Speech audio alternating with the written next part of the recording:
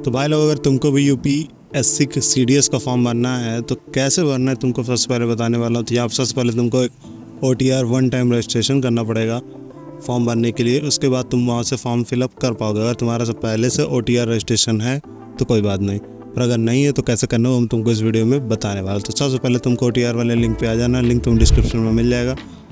साथ ही साथ तो जो पहले आओगे तो पहला फॉर्म खुल के आएगा जहाँ पे तुमको लिखना है नाम अपना। तो जो भी आपका नाम है वो आपको लिखना है। जो नाम रहेगा वो आपकी क्लास 10th की मार्कशीट के हिसाब से डाटा मैच होना चाहिए। फिर उसी नाम को वेरीफाई नेम पे क्लिक करना है। फिर पूछ रहा है कि क्या आपने कभी अपना नाम चेंज किया है। तो अगर आपने चेंज किया तो आपको येस करना है, नहीं चेंज किया तो नो करना है। मतलब आपका नाम कभी बदला तो नहीं गया रिकॉर्ड में। उसके बाद जेंडर आपको सिलेक्ट करना है। जेंडर जो भी आपका मेल फीमेल है वो आपको सिलेक्ट कर देनी है। उसके बाद आपको अपना जन्म तिथि बोले तो डेट ऑफ बर्थ आपको यहाँ पे डाल देनी। उसके बाद फादर्स नेम जो भी आपके पिताजी का नाम है और जो आपकी माताजी का नाम है वो आपको यहाँ पे फिल कर देना है। फादर्स नेम और मदर्स नेम 2 बार डलवा रहा है वेरीफाई करने के लिए ताकि कोई गलत ना हो।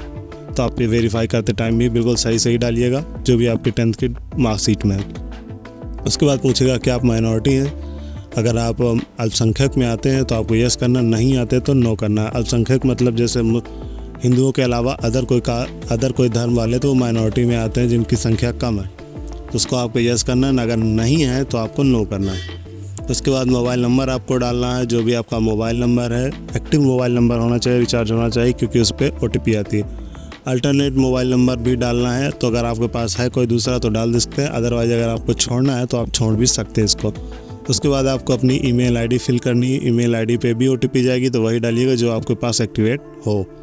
उसके बाद क्लास 10th का आपको रोल नंबर फिल करना और सिक्योरिटी क्वेश्चन फिल करना है। सिक्योरिटी क्वेश्चन की बात करें, सिक्योरिटी क्वेश्चन मतलब ये है कि कल के दिन अगर आप पासवर्ड भूल जाते हैं और आपको रीसेट करना है तो आप इस सिक्योरिटी क्वेश्चन की मदद से रीसेट कर पाएंगे, इसलिए वो पूछ रहा। तो आप यहाँ पे जो भी फेवरेट सब्जेक्ट में आपका जो भी फेवरेट सब्जेक्ट है वो डाल सकते हो। और सेकंड वाले क्वेश्चन में भी आपको कोई दूसरा कोई क्वेश्चन चूज़ करना है और वो आपके यहाँ पे चेंज कर देना। उसके बाद आपको कैप्चा फिल करना और सबमिट पर क्लिक कर देना। जैसे आप सबमिट पर क्लिक करोगे आपसे पूछा जाएगा कि ये आपकी सारी डिटेल सही हैं। अगर आपको लगता है कि हाँ पूरी डिटेल सही है, अगर आप कोई करेक्शन है तो आप अपडेट वाले कॉलम पे जाके अपडेट कर सकते हैं। अगर आपको लग रहा है कि पूरी डिटेल मेरी सही है, कोई स्पेलिंग मिस्टेक नहीं है, कोई डेट ऑफ बर्थ गलत नहीं है, तो वो सारी चीज़ें अगर आपकी ओके हैं तो उसके बाद आई एग्री पे क्लिक करेंगे। जैसे आई एग्री पे क्लिक करोगे आपके मोबाइल नंबर और ईमेल ID पे एक OTP जाएगा। दोनों को OTP को आपको यहाँ पर फिल करना है। ईमेल पे आपको चेक करके और अपने मोबाइल नंबर पे चेक करना। दोनों की OTP आपको अलग अलग आएगी। दोनों को फिल करके वेरीफाई OTP पे क्लिक कर देना है।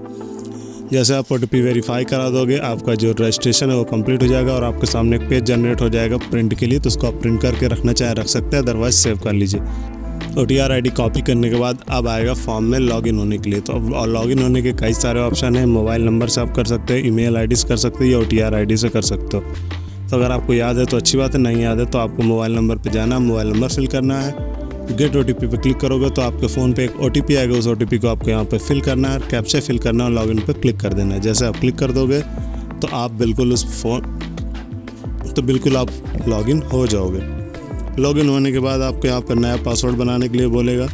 तो नया पासवर्ड अगर आपको बनाना तो बना सकते हैं। साथ ही साथ यहाँ पे देखोगे तो जेंडर चेंज करने के लिए और माइनॉरिटी स्टेटस चेंज करने के लिए आपको अलग अलग ऑप्शन मिल जाते हैं।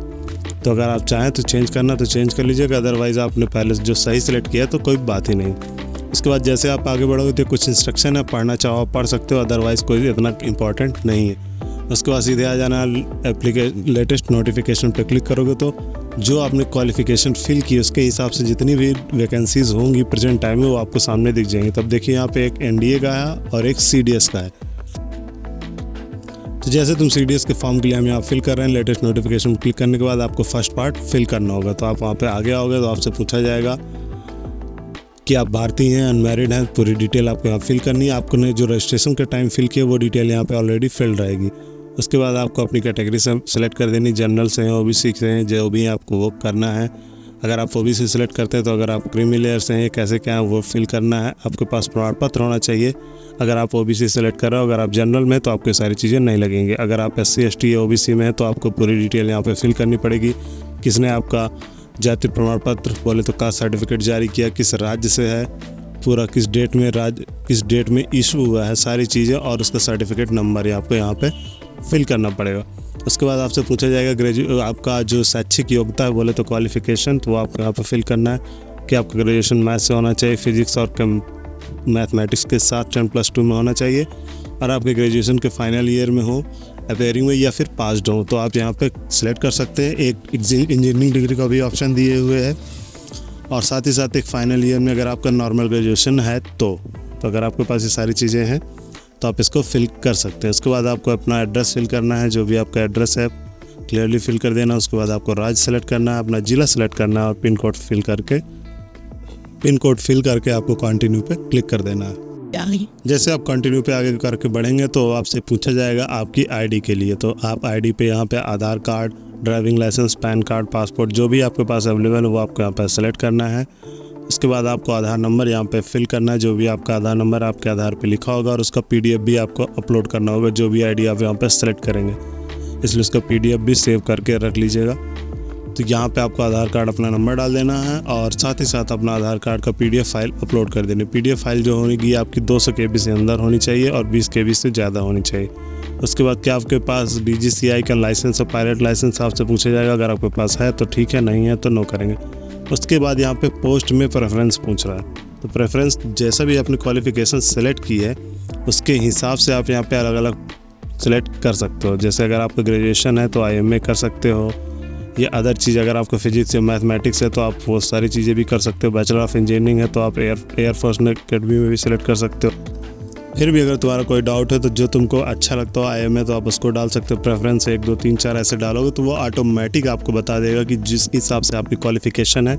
तो क्लियरली कंटिन्यू पे जैसे क्लिक करोगे आपको बता देगा कि आपको कौन कौन सी जो पोस्ट है वो आपको यहाँ पे सेलेक्ट करना, किसको किसको आपको प्रेफरेंस देना चाहिए। तो अगर आपने सही फिल किया तो ठीक, नहीं सही फिल किया तो ये ऑटोमेटिक यहाँ बता देगा। उसके हिसाब से आप फिल करेंगे तो आपका फॉर्म सही तरीके से फिल हो जाएगा।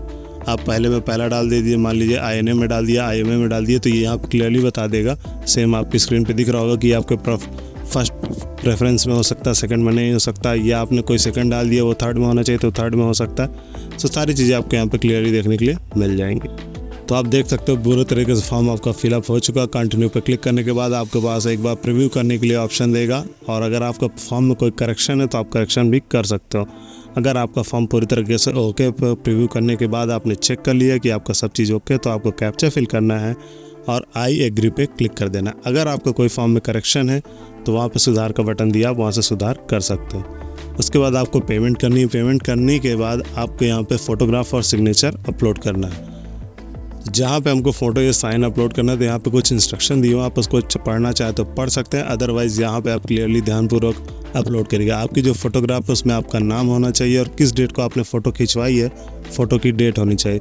सिग्नेचर का आपको क्लियरली होना चाहिए, और जो यहाँ पे साइज़ दिया हुआ है रेजोल्यूशन का, और जो आपका पिक्सल्स का साइज़ दिया, आप उसी पिक्सल्स के साइज़ में और 300 KB के अंदर आपको अपलोड करना है। अगर आपको नहीं बनाना आ रहा तो यहाँ पे एक बटन दिया हुआ है how to resize photograph and signature, तो आप उस पर क्लिक करके आप वहाँ से रिसाइज कर सकते हैं। फिर भी अगर आपको समझ में नहीं आ रहा तो आप अपने खुद से ज्ञानी ना बने, किसी साइबर कैफ़े वाले के पास चला जाए, वो 10 मिनट में आपके फॉर्म क्लियरली भर देगा, क्योंकि आप फीस पेमेंट कर रहे हो, फ्री में नहीं है। उसके बाद अगर आपको फिर भी लगता है कि नहीं मुझे अपने से करना चाहिए तो, और आपके पास कोई सॉफ्टवेयर नहीं, तो आप पेन टूल से भी कर सकते हो। पेन टूल बाय डिफ़ॉल्ट आपके कंप्यूटर पे रहता है या लैपटॉप पे रहता है, तो आप वहाँ से कर सकते हो। उसके बाद सब चीज़ अगर आपको फ़ोटो साइड अपलोड हो गया तो अब आपको सेंटर सिलेक्शन वाले ऑप्शन पे जाना है। यहाँ पे आपसे पूछा जाएगा एग्ज़ाम सेंटर, आपको क्या सेलेक्ट करना है, तो जो भी आपका पास हो आपके घर से आपको वो सेलेक्ट कर देना, ताकि आप सही समय पे पहुँच जाओ और आपको कोई टेंशन ना हो। इस वजह से पास और आपको सेलेक्ट करना है ना। सब चीज़ ओके हो गई तो आपको नीचे आई एग्री वाले बटन पर क्लिक कर देना कि हाँ मैंने सारी चीज़ें पढ़ ली हैं, मेरे सारी चीज़ें समझ में आ चुकी हैं, मैंने पूरी तरीके से फॉर्म सही भरा है और ये मेरा फाइनल सबमिट है। इसके बाद अब आप कोई भी चेंज नहीं कर पाएंगे। आपने फॉर्म पूरी तरीके से सबमिट कर दिया और नीचे एक लिंक मिलेगा, उस पर आपको क्लिक करना है। वहाँ से आप अपना देखोगे कि आपका first part, second part, third part सारी चीज़ें कंप्लीट हो चुकी हैं। फर्स्ट पार्ट आपका कंप्लीट दिखाएगा, सेकंड स्टेटस भी कंप्लीट दिखाएगा, एप्लीकेशन स्टेटस भी first part and second part complete दिखाएगा। उसके बाद आपको यहाँ पर प्रिंट एप्लीकेशन का एक बटन मिलेगा, उस पर आपको क्लिक करेंगे तो आपका एक फॉर्म पूरी तरीके से प्रिंट होकर PDF के रूप में डाउनलोड हो जाएगा, जिसको आप सेव करके रख सकते हैं या प्रिंट करके रख सकते हैं फ्यूचर रेफरेंस के लिए।